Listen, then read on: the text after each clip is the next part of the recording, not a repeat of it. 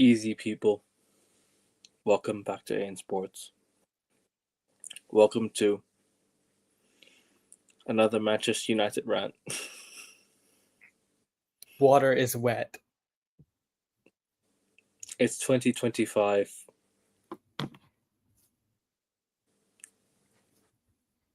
It's the 19th of Jan. Where we are is the 20th of Jan. Manchester United are officially 10 points off of the relegation zone. In January 2025. Yeah. Just as you thought things would get worse, it's probably gotten beneath the floor. It's gone beneath the floor. If that even makes sense. It's gone way beneath the floor, man. The standards are below par. The football club's rotten to the core. The stadium's falling apart. You know, Ineos, Sir Jim, Glazers are still here, making a living off the football club. The players. We need to have some serious conversations about certain men tonight. It might get uncomfortable for some of you, but if you don't like what we say, easy. Click close. Good night. Simple as. If you don't like what we say, good night. Bro, we watched the game together. I was distraught when that Onana spill. Like, I thought I was like, yeah, okay. VAR disallowed the goal. 2-1. All right, 1-1. Cool. We got the other end. We score. We try to get back into the game. Or we try and take the lead. Sorry, excuse me. Take the lead, and then after that we try and hold on. Quite the complete opposite. Brighton go back and score again, and then all of a sudden, Onana, Butterfingers, Bosh, 3-1. Rinse and repeat. This is my second stream this season that I'm doing that we've lost to fucking Brighton. 6 of the last 7 games we've lost to these guys in the South Coast. From the South Coast, excuse me. That's their 3rd win in a row at Old Trafford. I don't think Manchester United had ever lost to a team, apart from Manchester City. I don't think United have ever lost to a team this badly at home. Like a team that's not even in the top, not even a top 6 club. If I'm being real, Brighton are not even a top 6 club, and we're sure. and Man City. Okay, cool. That's kind of understandable, but fucking Brighton, like three home losses in a row against them. 3 in a row. I mean, look. Obviously, you kickstart the stream with just giving a bit of an introduction, and obviously, saying what happened, and obviously we watched the game together, and it was at a very cozy pub, it was a very, very nice atmosphere. I liked it, even though it wasn't many people. I still enjoyed, Did we watch the game together, Ekevin? I don't remember. I don't know what game you're talking about. Like, are we talking about what United Arsenal? That was our last game, right? The last game of football we played, United versus Arsenal. I don't know what you're talking about. No, but I mean, jokes aside, yeah. Seriously, it's hard to really put it into words because, like you just said, we are 10 points off the drop zone. This is not like 4 games of the season. That alone is a sackable offense. We're 21 games in the season, and we are 10 points off the drop zone. I don't like. There's nothing more I need to add. Our GD is negative. We've lost more times than won in the last 14 games since Ruben Amorim has come in. It is a disaster. And disaster is being very generous. It is a lot more than a disaster. It's an understatement. Exactly. So, the game was just really, as you just said, every single game we play against a team where, again, we have the majority of the ball, the outcome seems to be the same. And not just the outcome, but also how the game unravels. We seem to lose in the same ways, right? We can't really break down teams. And sure, there are improvements up top with pressing. For example, you saw it with Ahmad against Southampton, or you saw it with the first goal with Xerxes, for example. But really, it's not really amounting to anything, and we keep making the same mistakes. We are so vulnerable in transition. We are so vulnerable at the back. We are more fragile than glass. We are more fragile than most things. So, again, I don't know. There's a confidence issue. There's a mentality issue. There's a complacency issue. There's a lack of standards issue. Yeah, at the moment, sure, we can stick to the process. People will say Mikel Arteta had this run in, what was it, 2020, where they We lost should like. bring ourselves to Arsenal, man. So I was just going to make the point here. What has that brought them? Where is their major title? They've spent north of $1 billion. Where's their major title? It doesn't exist. Fucking FA Cup, yeah. Yeah. That wasn't even Arteta's team. I wasn't even Arteta's team. The guy came in and won it with Unai Emery's team. He brought his own players, and he still can't do shit with it. And for reference, the manager that we suffered the most humiliating, horrific, and worst defeats ever in the Premier League era, Eric Ten Hag, he also won an FA Cup. So Arsenal fans, again, objectively, you haven't been successful under Mikel Arteta with how much you've spent. So, yeah, it's really hard to digest what is happening. And it just seems like there is no substantial improvement. Sure, of course, as Ekevin, you said, I'm not suggesting Ruben Amorim's at fault. Far from it, because the problems have persisted well before him. Simultaneously, I don't see anything to convince me that this club's form will turn itself back to the right side. So, Ekevin, I don't know, man. I just think we are in a very. I can't even give you the word. And you know me. Usually, I have the word, right, Ekevin?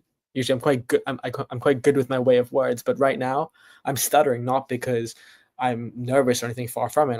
I'm stuttering because United are just that shit. I don't even know how to describe it anymore.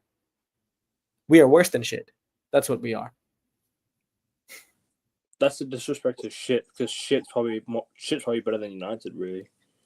Yeah. That's a disrespect to shit itself. Let's talk about the game first and foremost, because obviously we've got other problems to dive into. But the game itself, like, bro, how can you get back into the game? Yeah, 1-1. Okay, we can see the first goal. Fine, that over the top ball happens. Those type of goals happen, right? We score the penalty. We get the deserved penalty, because obviously that was a clear penalty. Obviously we saw what happened.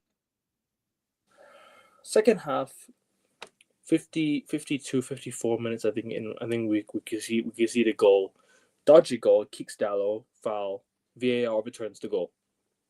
Then you thought, surely now United, right? This will wake us up. This will wake us up. Like, we're going up the other end and score. Quite the opposite. Quite the fucking opposite. Concede a stupid goal at the back post again. Onana, I don't know what he's doing today. He had an absolute blunder once again. What is this goalkeeper good at? What is this goalkeeper really good at doing? Because last season in the Champions League, he costed us, right? This season in the Premier League, the guy's making some saves. Cool. He's costed us today with 2 cheap goals. Come outside and get the fucking ball. Come outside of your fucking line and get the ball. Come grab the ball. Why are you standing on your line? People complain about David De Gea standing on his line. This guy is doing the same. Wasn't Onana brought in to be more proactive? Wasn't he brought in to do that exact thing? He was brought in to play with his feet, and you know what he did? He completed 4 out of 15 kicks today, passes today. Damn. But apparently he's better speed. Okay, no problem. 60 fucking million we wasted on this cunt. 60 fucking million we wasted on this guy, and he can't do shit. Last week, people were praising Bayindir after his performance against Arsenal. They're so quick to forget, but he also performed shit against Spurs. They're so quick to forget, these United fans, so quick to forget. And then, ever since then, yeah, Onana's just dropped an absolute stinker since coming back to the team. Yeah, what? Even for the Southampton own goal, man, Ugarte, yeah, that soft own goal, the guy could have just grabbed the fucking ball. Bro, Onana is not the keeper we need going forward. He's not the keeper we need. Is he the biggest issue right now? No. There are many other issues in the team, but the guy is not improving our back line or goalkeeper or goalkeeper issues. He's not improving shit because that we moved on from David De Gea. But what what have we really done since David De Gea has left? We've gotten much worse at the back. There's lack of communication. There's lack of self-awareness, lack of ability to play it out from the back, to clear the ball as well. Like I'm seeing United we can't clear the ball. So many times this season, I'm seeing United failing to clear the ball away, conceding easy, cheap set pieces. Onana standing still in his line. Bro, this guy is a liability in goal, and he needs to get the fuck out. I'm sick to death of him. It's not even it's not even 2 seasons, and I'm already done with this guy. I wasn't done with David De Gea because I knew this guy was gonna. I knew he was gonna do something. Sir Alex Ferguson used to rotate goalkeepers. Excuse me. He used to rotate goalkeepers. Lindegaard, he once played Kushak. He played Van der Sar. He played Foster.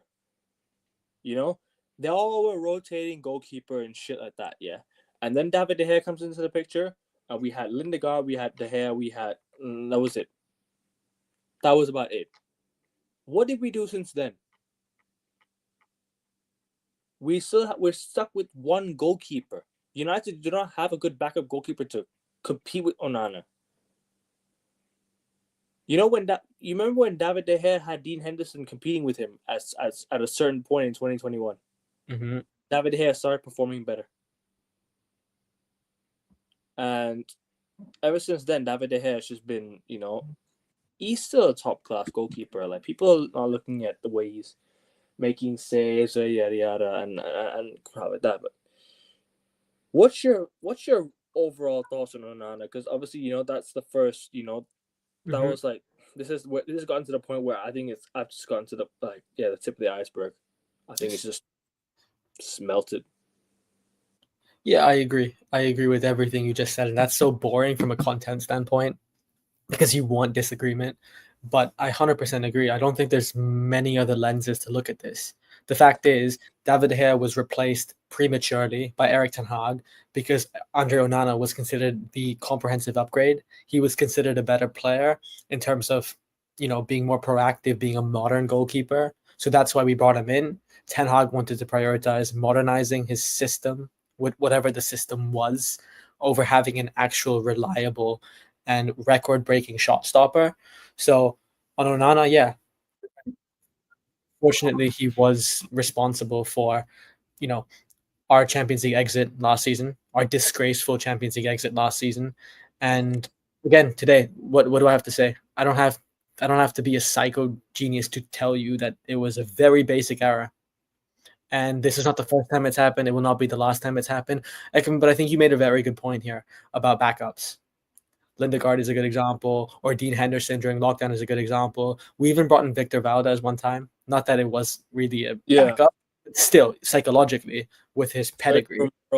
Sergio Romero, I completely forgot about him. Exactly. Oh, let me not forget Sergio Romero, very underrated. So, there is no incentive for Andre Onana to really perform because there are no standards. There is no accountability. There is no responsibility taken from anyone in authority. So, I think with Andre Onana, unfortunately, I hate to be the guy, and I want to clarify when Ekevin and I criticize a player or a person, we're not doing it personally. Remember, these guys might be the nicest people behind closed doors. We're doing it professionally. So professionally, he is definitely subpar, if not a failure, since he's come in. So yeah, I think he has to be replaced. But I don't know what the identity is going forward.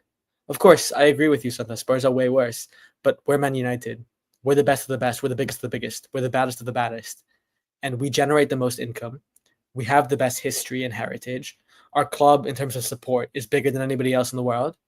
So we're not comparing ourselves to Spurs. We're not Spurs. With all due respect, Spurs may be, yes, underwhelming and may be a failure, but we should always be challenging for the league title. I said this on a previous stream. I said, if United are ever closer to the drop zone than the top zone, that is red button time. That's hit the alarm. That's panic stations. How And many at the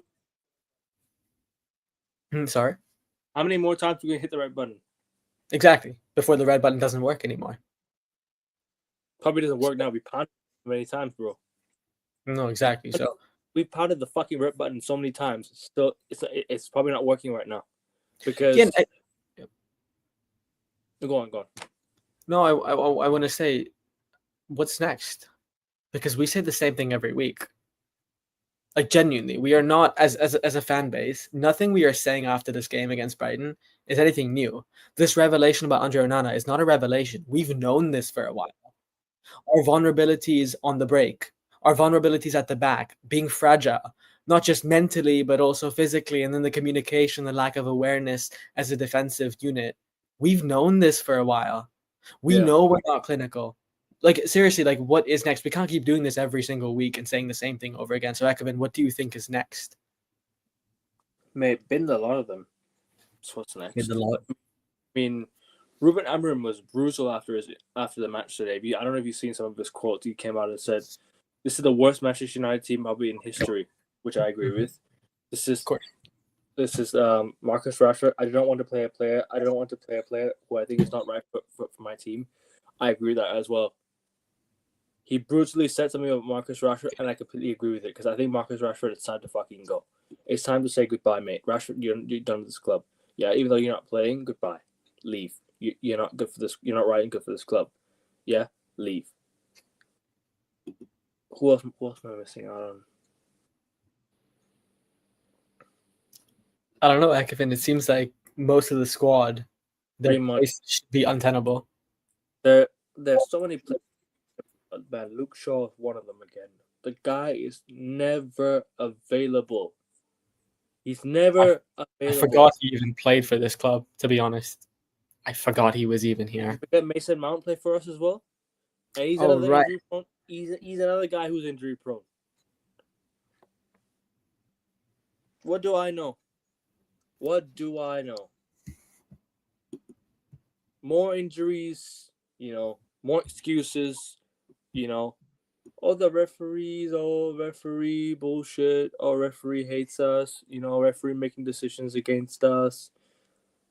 Why don't you just be honest with yourselves and just admit this team ain't fucking good? Stop relying on referees every single week to help you in your favor. We didn't get away with anything today, really. Brighton just, won the game with the merit that, we both give them that they're good enough. Excuse me. But was anyone surprised? 6 and 7, as you said, Ekevin. Was anybody surprised that Brighton won today? Six losses and seven in total to Brighton. Yeah, last 7 games. 1 win. I was away in Brighton. 3 losses at home in a row to Brighton. 3 goals scored. Yeah.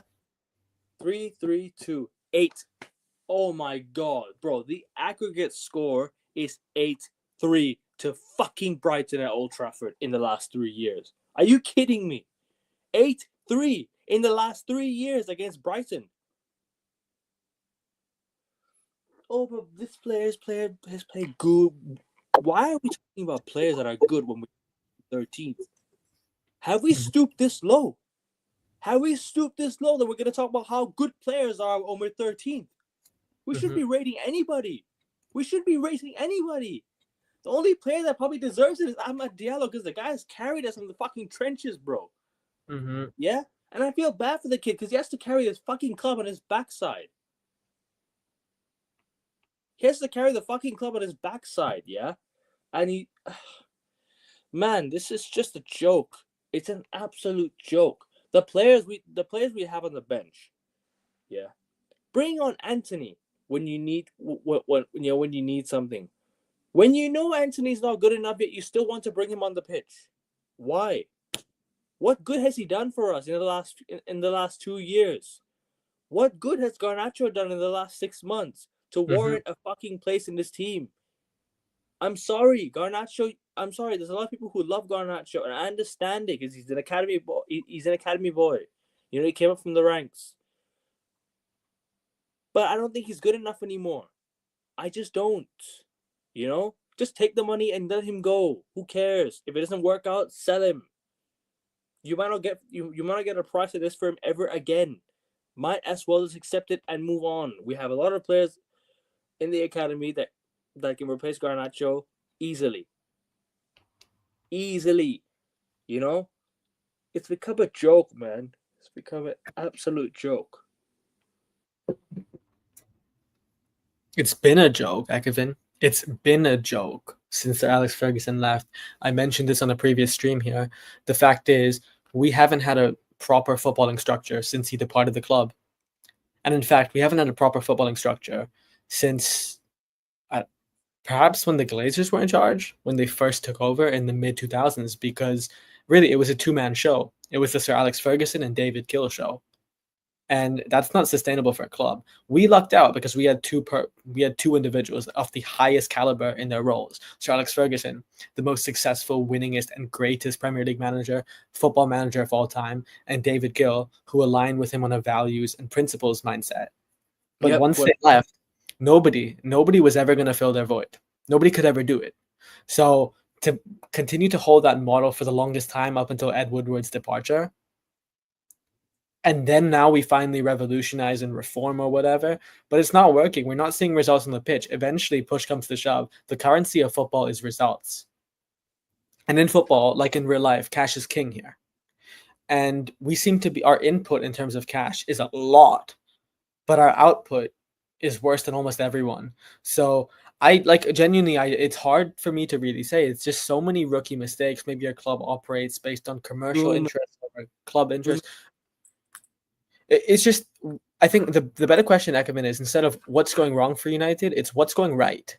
What at the moment would you preserve and build on? Seriously, like not just from a squad level, but from a boardroom level. What would you actually preserve, sustain, and improve? Exactly. So we can't improve because these lot haven't improved anything. What's the point? What's the point? They've come in and they've even lowered the standards more.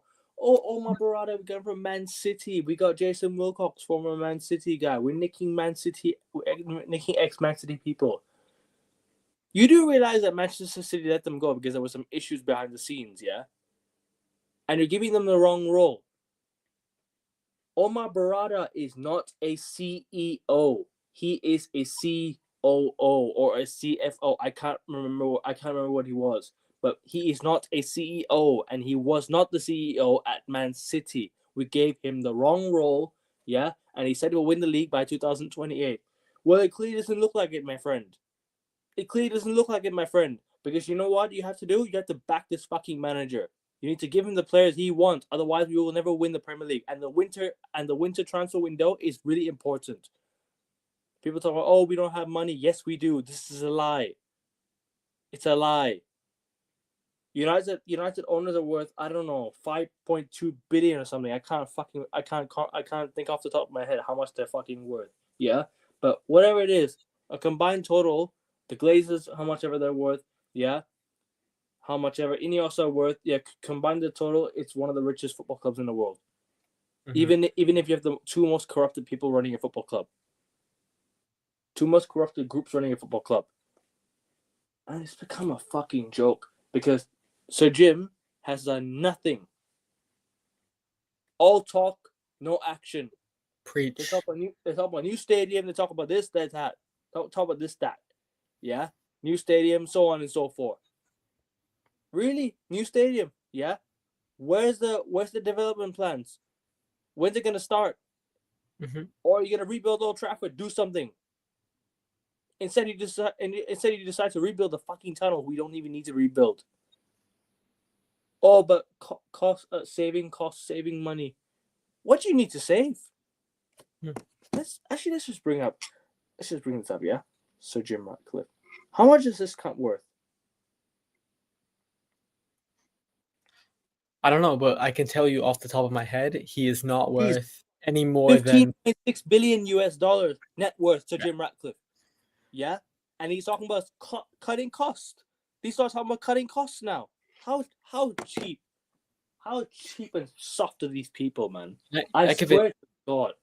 United is a cash cow. And what you do with a cash cow, you milk every ounce of Milk it. it all. So All away. exactly. Rinse it all away. Exactly. So like I said before, give the Glazers and Ineos credit. No, I'm not talking about from a sporting standpoint. From a commercial and business standpoint, On the fan then base. they lucked out. And you know what they've done really well as well? They've divided this fan base so masterfully. Intentionally or not. You know, when the football club, I remember vividly, there was a press conference under Ten Hag, and basically Eric Ten Hag was, I think he banned a couple journalists from entering the press conference. Mm-hmm. I don't remember who. Was it Samuel Luckhurst? I'm not sure. Luckhurst. Yeah, Samuel so people say, "Oh, great manager stands on his own ground. You know, he has authority. He's a man manager. Good stuff, protecting his players." No, that's not a good thing, because when those specific journalists represent at least half of the fan base, you basically say there's one thing to disagree with an opinion, there's another to eliminate it. And if you eliminate it, it means basically, fuck you. You don't mean anything. Who cares about you? We're not prioritizing you. We're prioritizing our way. We're doing it our way for us, for profit and not for principle. So, it's just Ineos and the Glazers have pulled a master stroke financially. And obviously, in terms of commercial sponsors, you see the rich wealth of sponsors we have all over the world. You see the preseason tours that we hold all across the planet. So this club is generating revenue for sure. But eventually, there comes a point where the club's performances now have been so degrading that's actually going to start hurting the business as well. Because if the club continues to float around mid-table, and God knows where we'll go again, I don't think we'll get relegated because we just have so much revenue. We generate so much cash. So because we do that, we'll be fine. However, there comes a point where even the business will get hurt soon. So again, I agree with you on Jim Radcliffe. I know many people are sympathetic towards Jim Radcliffe. You know, just bought the club and Rome wasn't built in one day. But really, you have to start building a block. You have to put a block down to build something. We haven't put anything down. We haven't built anything. We haven't started any revival of this football. A guy who's worth 15.2 fucking billion US dollars, yeah, and still had the audacity to do cost cutting. Yeah. To do cost cutting, yeah. We're one of the richest football clubs out there, and you're doing about cost, and you're talking about cost cutting now. I thought you're supposed to put your money to the football club. Huh? I thought you're supposed to run the sporting side of things. Oh, but no, it's okay. We'll keep Dan Ashworth. We'll keep Eric Ten Hag. You've just written off another fucking season for us. You, Ineos, have written another season off for United. Another season written off. Should have sacked that guy since the FA Cup final. Mm-hmm. We would not be in this mess right now, I tell you. We wouldn't be in this mess. And you see Liverpool top of the league. Yeah? You see Man City splash a bit of money. What's Manchester United's reaction? Oh, it's okay. Everyone's good. We're in 13th. We're on the right track. Get the fuck out of here, man. The status have never been below the fucking mud like this in probably ever. I think this is the lowest point we've ever been as a United fan. As Ruben Amorim said, yeah. It'll probably get worse, 100%. Go on, bro. No, I agree. You're right, because Ruben Amorim, you mentioned the explosive press conference that he had. He agreed with you. This is the worst Manchester United have ever been in the Premier League era. No doubt about it. But I would even go one limb extra. You can make the case that this is the worst United have ever been in history. Now, wait. Some people will be like, we were relegated. It's almost the worst. But I would think in terms of revenue and size, and in terms of input versus output, this might be the worst gap in the club's history. And I don't think it's even close. So, I mean, this is the worst time because we've never, again, lost more than we've won more under a new manager, especially coming in mid-season. We have no managerial bounce. The manager bounce and optimism has died. It doesn't exist anymore. And then our goal difference is negative. The fact is, I don't remember the last time we actually played a game in the Premier League and we didn't trail. I'm trying to think off the top of my head. Was that Everton? Early December, one of his first few games. So the fact is we seem to be conceding and losing. It didn't trail.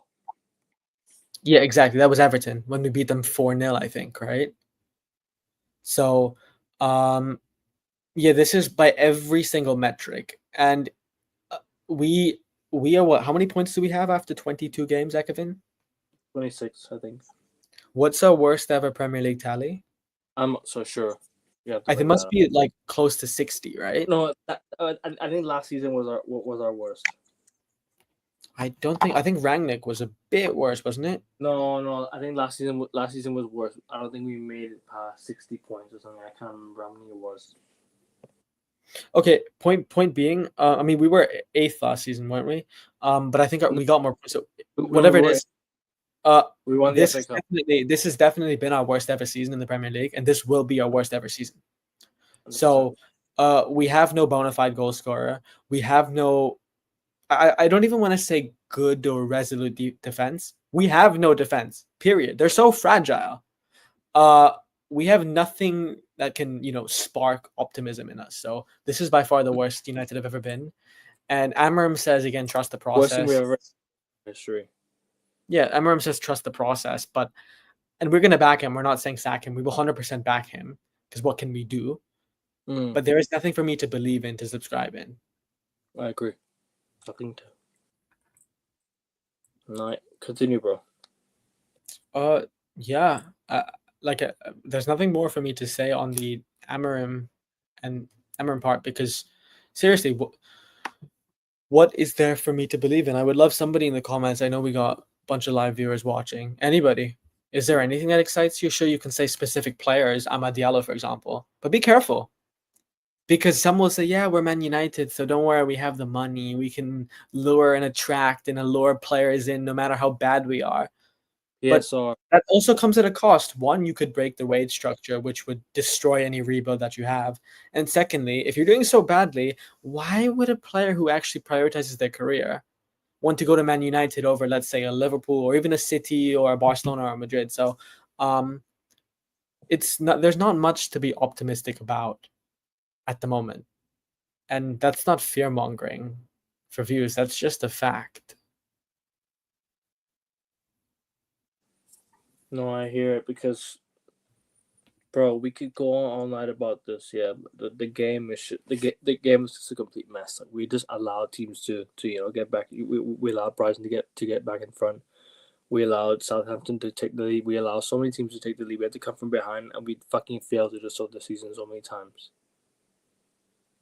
How many times have we gone behind and we don't fucking come back to win games? Our heads drop mentality. There's no mentality. Heads drop every single fucking time we take the lead. Alright, excuse me. Every time another team takes the lead against us, we fall behind. Our heads drop. We don't bring it back. It's crazy, man. It's fucking crazy. So many of these games are gonna happen more this season because we're not careful. So many more of these games are gonna happen this season, and it's gonna put us in even a much worse position, in my opinion. Much worse position. We can't. What do you call? Process the fact that we are like, we're probably in our worst ever Premier League position ever. Yeah. It's a joke. But I think that's all I have for the game. Ineos. You take the floor, my friend. It's yours. Ineos. There's really a bottom line that I believe in.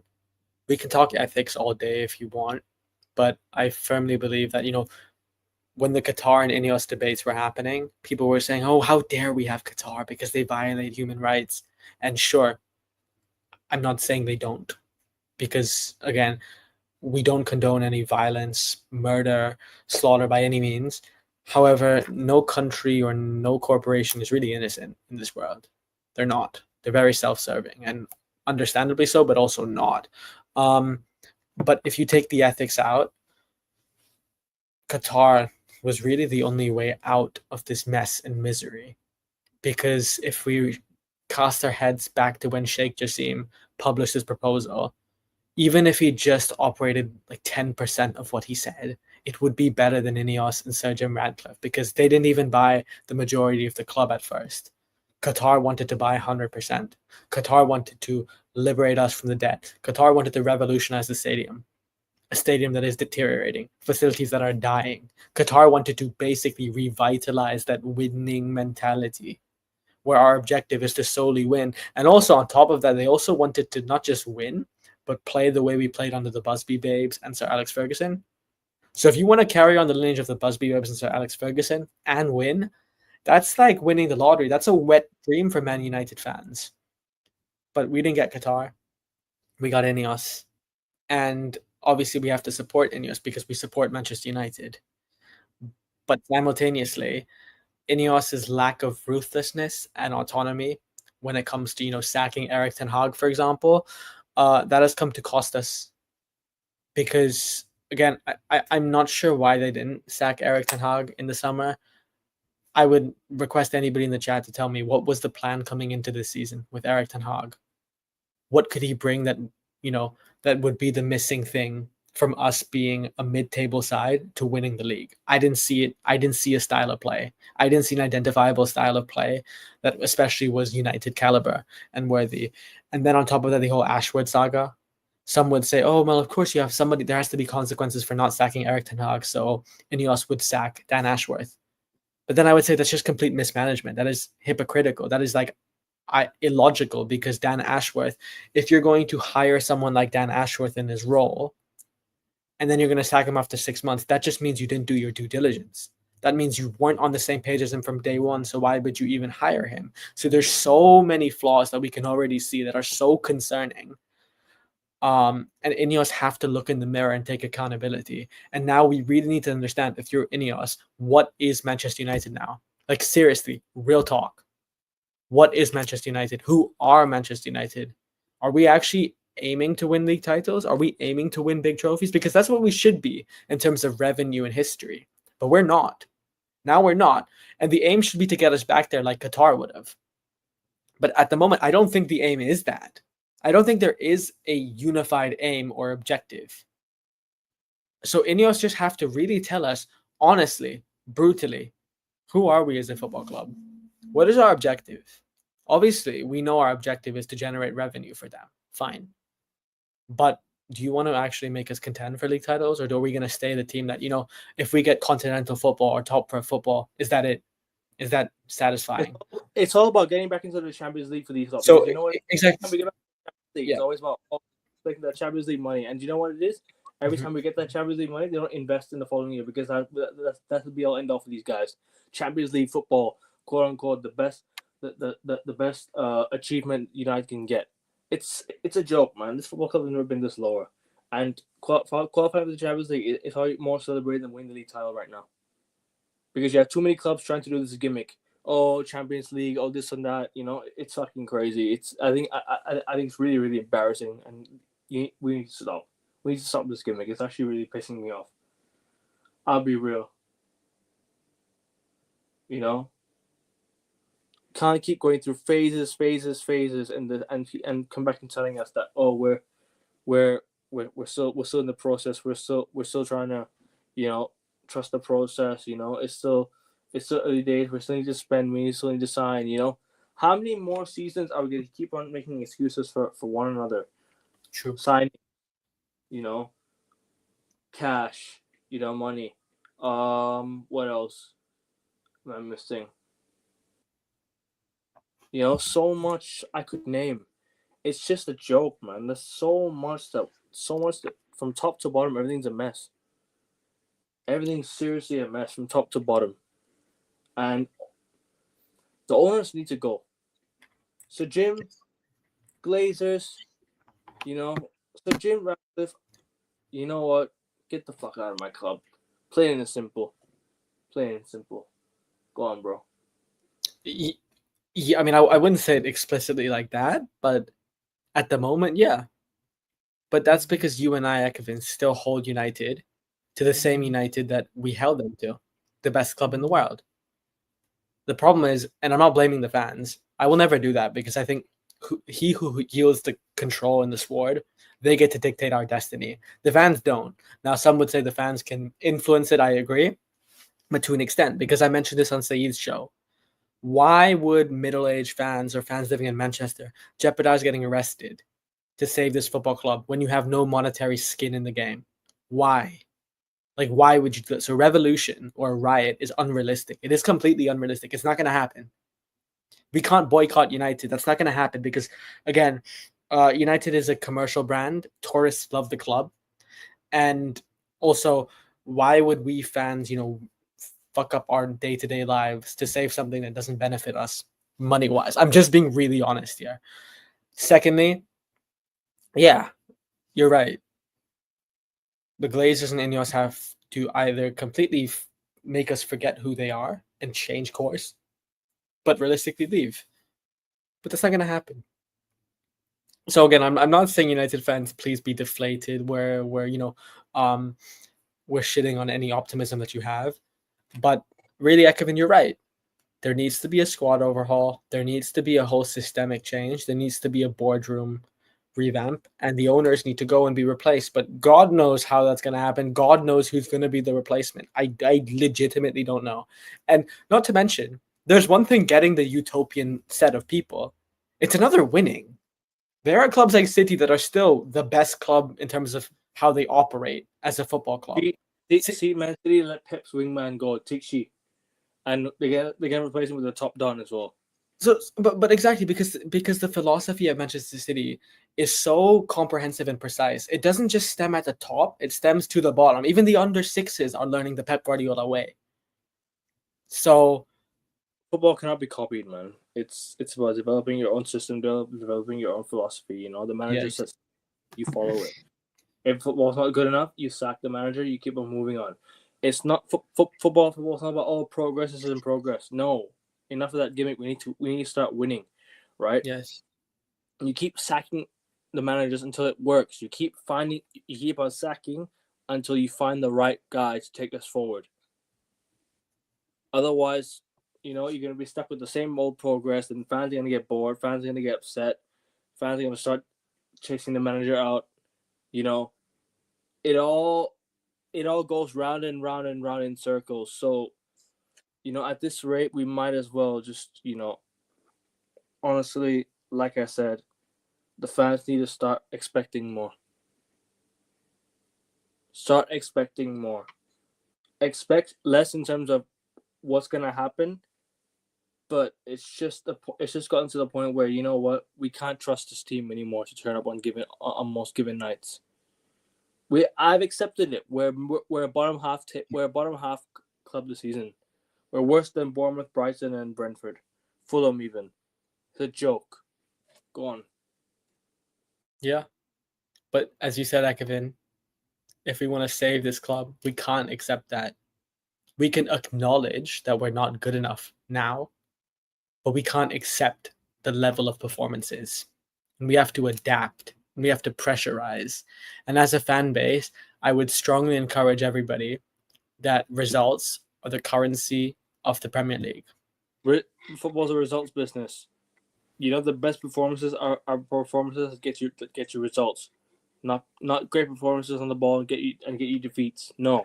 You even if you need to sit back and park the bus for 90 minutes, 120 minutes, that's your guy. You ride him till the end. Jose Mourinho said, "You can take the ball. I'll take the 3 points." That's football. That's football. So for Man United fans, again, I love how we're all enthusiastic about style of play and playing an attacking style of play. But beggars cannot be choosers at the moment. Beggars cannot choose. And if I had to pick one thing, Ekevin, I don't know about you, would you pick style of play or results? I'm taking results every day of the week. No hesitation. No doubt. Like I said, bro, the best football is football that gets you results. Not football that looks great on the eye and then you end up losing 3-0, but we played good football. No. The best football that gets the football that gets you results.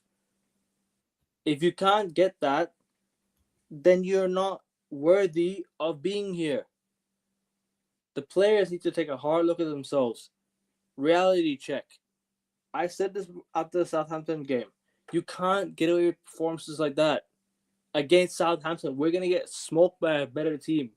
Brighton, Bournemouth, we'll get smoked by them. We play that again. It's a joke. Can't keep getting away with shit like this, my friend. But get away with shit like this. But fundamentally, I just want to add and also agree with what you said. Sure, results are the currency, but that's not even a priority at the moment. Like, yes, I want the best team in the world. I want to buy the best players in the world, develop the best players in the world to win the best competitions.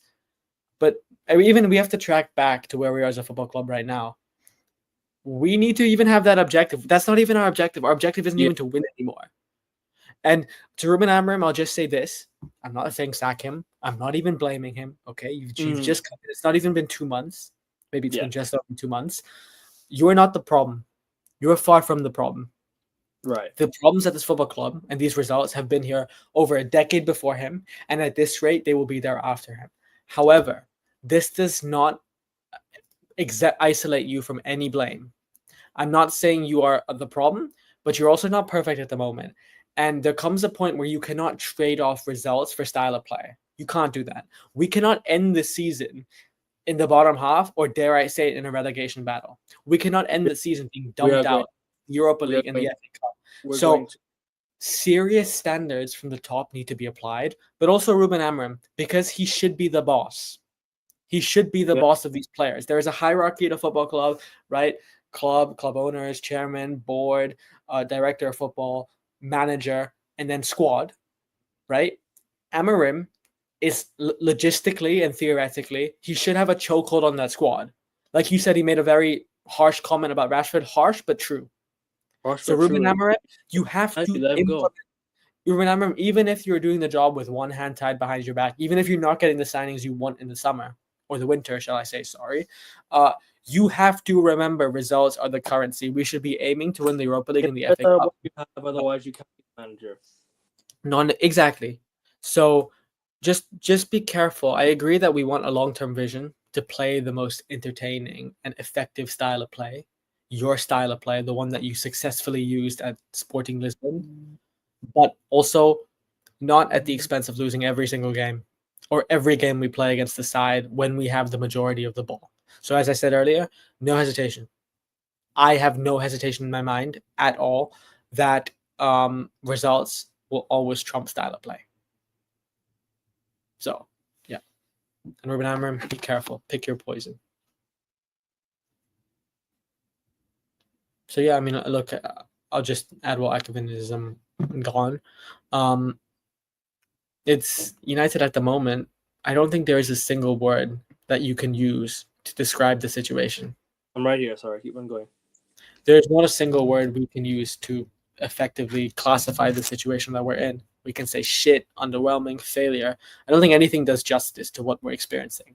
The fact is, Manchester United, over the last 10 decades, since Sir Alex Ferguson, been unable to properly or consistently contend for big titles, despite we bought some big names, but the thing is, they've not worked out under the regimes, under the coaches. You know, it's the fact that you can't get the best out of what you've got, what you've been given. So that's what I'm saying. You don't deserve to be the manager. That's the case. But exactly, but it's despite having some of the best players in the world, despite spending more money than almost anybody else in the world, despite signing some of the best managers in the world, we have been unable to compete and contend. And the story is there's no sign of that trend being reversed. That's it. If you had to list me 5 players that you would sign right now, or give me realistic, and 5 players that you would start right now that's realistic. I can't give you 5 players I would sign right now off the top of my head, because I think the real question is not, again, it's not who I would sell. It's more who would I keep. That's how I see the situation. Fair. Who I would keep off the top of my head, Amad Diallo, of course. No brainer. No brainer whatsoever. Kobbie Mainoo as well. Yep, keep. He's shown it that he is more than capable, not just on the pitch, but also psychologically and mentally. What do you mean? Apart from that, there isn't anyone that I would say is untouchable. Because United battle in court. It's almost like we battle in court every single day. The referees are the judges. They make poor decisions. Yeah, and we get away with it so much. And then and then the fans are like, "Oh well, we feel sorry for you. Justice has not been served. Referees give you wrong decisions, bro." Our fans blame referees. Mm-hmm. Our fans use referees as the culprit of why we don't win football matches. and the referees all of a sudden becomes the victim, and I'm like, hold on a minute, referees don't score goals for you. Referees don't. You know, referees don't. Referees don't miss a lot of shots. They're not the ones playing football. They're the ones making decisions in the game. You can't rely on them to not help you win the game. You need to rely on yourself. Otherwise, you're just playing shit. Pretty simple. Yeah. Today, what I saw from United was just a complete disgrace. Like, I've seen so many times Bruno Fernandes get away with a lot. Yeah, I've seen so many times. You've got Anthony coming off the bench. Who else do you have? Højlund does nothing all game. Xerxes started the game, did okay. Yeah, and it is what it is, man. I just can't be asked for this United team right now. Go on, bro. No, I think the saddest thing is we don't even have the appetite to go on a full scale rant. I don't even have the desire to, put on a viral clip that says, no, fuck you, get out, shut up, you're not good enough. I mean, I don't even have the desire. It's just, we've come to the point here. It's not even acceptance. It's more than acceptance. It's just, whatever. We're desensitized. And that's the worst thing as a football fan. Because the whole point of football is to unify and uplift. That is what football has been and will be. Unify and uplift. I don't get that sense with United. Every time I watch United, I feel like my health, look at these circles, you too, Ekevin, seems to be the victim here. My health seems to be the victim here. It gets worse every week. Exactly, man. So I don't have the appetite. I've just lost the appetite to actually complain. I mean, when you do complain too much, I mean, obviously not complain, but when you do say the things that rinse and repeat, you're gonna get bored and you're gonna get tired. Because I've just been saying the same things all over season. You could go back and watch so many of my videos that I've posted this season. Yeah, so many videos so many live streams that I've done with certain United fans ranting about the same old issues. Here I am back again ranting still about the same old issues of the football club. It's a joke. It's a joke.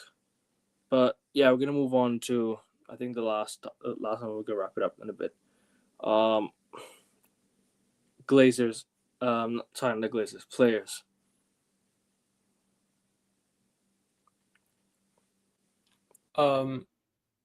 Yeah, just as I said, there are only two players I think Players that down to, are worth keeping.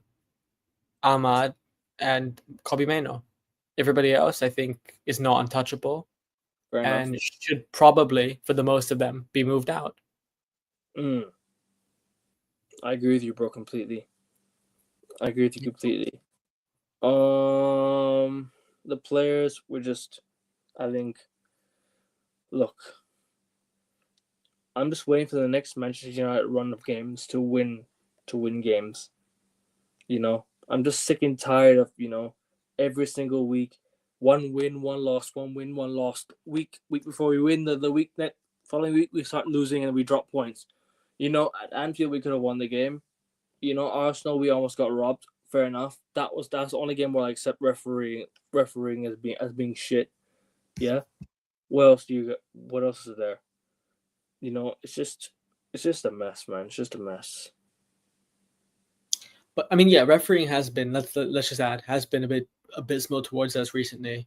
I think more games than not, we've been at the receiving end of wrong or unjust decisions. However, refereeing does not mean you lose 6 of 9 games. Does not mean you lose 6. Yeah. Refereeing does not mean you're bottom half of the league. They don't shoot. They don't shoot for you. You score on your own accord. You know what I'm saying? Preach. Continue. Sorry. Yeah. No, preach. I agree. We need to sign a few players in January. It doesn't look like they're going to do that because Ruben Amorim is not going to get back. I can tell you this right now. Just judging off of what I'm seeing right now. Yeah, he's not going to get back. And we're going to be in the mud for even longer, bro. And be in the mud for even longer. And just embrace it because it's just a joke, really, of how United still like this in 2025. I thought by now we'd be challenging for leagues. We'd be doing a lot more. Rinse and repeat, same old United. Same old. Really, same old, man. We're genuinely finished, and I'm worried about you know, what our next game's going to look like. We have Rangers at home next. We have Fulham in the Premier League. Late kickoff on a Sunday, 7 p.m. kickoff on a Sunday. I don't know. I don't know, man. I really don't know. I don't know because again, I'm here again making the same comments, almost the same comments, identical comments as we did when we lost to Brighton earlier on. Fan base, Glazers, Ineos. I mentioned these three. I think 100%. I mentioned the fan base. 100%. I mentioned Ineos. And the Glazers. You know, the Glazers will forever be an ongoing problem off the pitch. On the pitch, you need to score goals yourselves. You can't be like, oh, but the owners costed us the game because, you know, the owners are not the ones playing football, my friends. They're the ones that are telling you and giving you the opportunity for the football club. Take it as an opportunity. Don't blow it away. You know? Yes, United might be finished, but at the end of the day, we're still Manchester United. Go on. Sorry. Yeah, I agree. There are more problems than not. At the moment, there's nothing I can identify as successful at this football club. Nothing. Mad. And again, there's no other way to put it. We can go into every single player individually, but the bottom line will remain the same. Go to every single player individually. We can do it, but I don't even think it's worth doing it, Ekevin, because we're gonna end up saying the same things. Take a player like De Ligt, for example, who I followed him quite extensively from all the way from Ajax to Bayern to United. I have a lot of I am biased towards Matthijs de Ligt because I really like him as a footballer and as a person.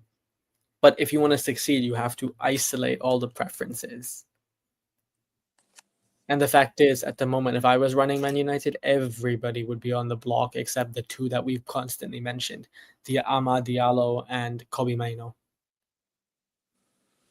Don't forget maybe Toby Collier as well. Don't forget maybe, you know, other players like Ugarte might deserve the place. You know, certain men deserve it. Most of But them not men. untouchable. But they're not untouchable. No, they're not untouchable. No, just the players that we listed are untouchable. Sorry, untouchable. Obviously you got Rashford. He's a fan favorite. Don't know. He's a media favorite. In the squad for a while. So, so who do you think's been scapegoated recently? Because obviously, you know, you've seen that fella.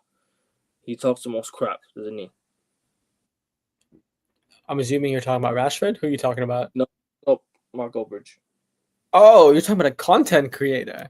I think you're talking about Rashford because I've seen him all over social media talking about his involvement with a certain rapper and baby oil. But who's being most scapegoated? I think just the club is just divided in general. It's just been divided. There's so many different opinions. The fan base, fan base, but you know, it's the unity will be tough in today's day. No, because the problem is we're not focused on the objective. What is the objective? We all want the same thing, bottom line. We all want to win. That should be our utmost priority. And some people say it's so simple what you're saying, it's so basic. But at the moment, it doesn't seem to be because I see people on social media who would prioritize certain players over the club in general. Oh my, yeah, those ones are the so players. That's what I mean. Like the club is so divided at the moment. Man, if we just remember that we're Man United and our objective is to win and then play attacking football, shit will be a lot easier. There will be very little division because we'll all be on the same page, seeing things from a very similar lens, and then we can all have disagreement, but the right disagreement towards success, not disagreement towards more division. So yeah, exactly. I thought that was a comment. So I was like, I accidentally clicked on the StreamYard thing. Sorry. Go on. It's okay. So yeah, I agree. I agree. Interesting. I think we're gonna wrap it up here. Agree. Yeah, it's been a tough stream because obviously, you know, when you have a bozo goalkeeper who makes mistakes like he does again, it's curtains for you. And yeah, that's gonna be us for today. I'm gonna wrap it up. I'm getting tired. I mean, Augustius also getting upset with United as we keep on talking. So we're gonna end it here. Make sure you guys like the video. Make sure you guys subscribe. I left the link in the Twitter quote, so make sure you guys click the link and make sure you guys subscribe, lads. It's been a tough stream mentally for me. United, are my favorite sports team, my favorite football club. I need them to get back to the top again, but it's not going to happen soon. We all do. All United fans, we all want to see us get back to the top again. But I don't see it happening anytime soon. So enjoy what you can for now. Enjoy what you can for now. Even if the little celebrations, oh, Ahmad does this, Ahmad does that, oh, United have agreed this and that, personal terms, and nah, I'm not hearing any of it. But close it out, bro.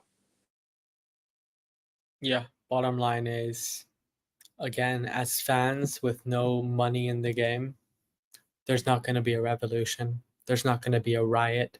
But what we can do to start making change is standards. And if we apply the pressure, that can potentially affect the shareholders and the stock price. But that's if we all have this unified vision of prioritizing victory over personal preferences. So that's what we have to do as fans, because at the moment at this football club, there are more problems than solutions. As a matter of fact, there are only a handful of things that are positive at this football club at the moment. And we as fans, just based off our standards and our framing of the situation, how we frame it, right? We have to frame success as the priority. Yep. That's going to solve the problem. Hardly any solutions. More problems are starting to pile up as we go. But go on. Sorry to interrupt you. Yeah, no, exactly. That's it. And it's about to be 5 in the morning over here. We've been talking about United for a long time.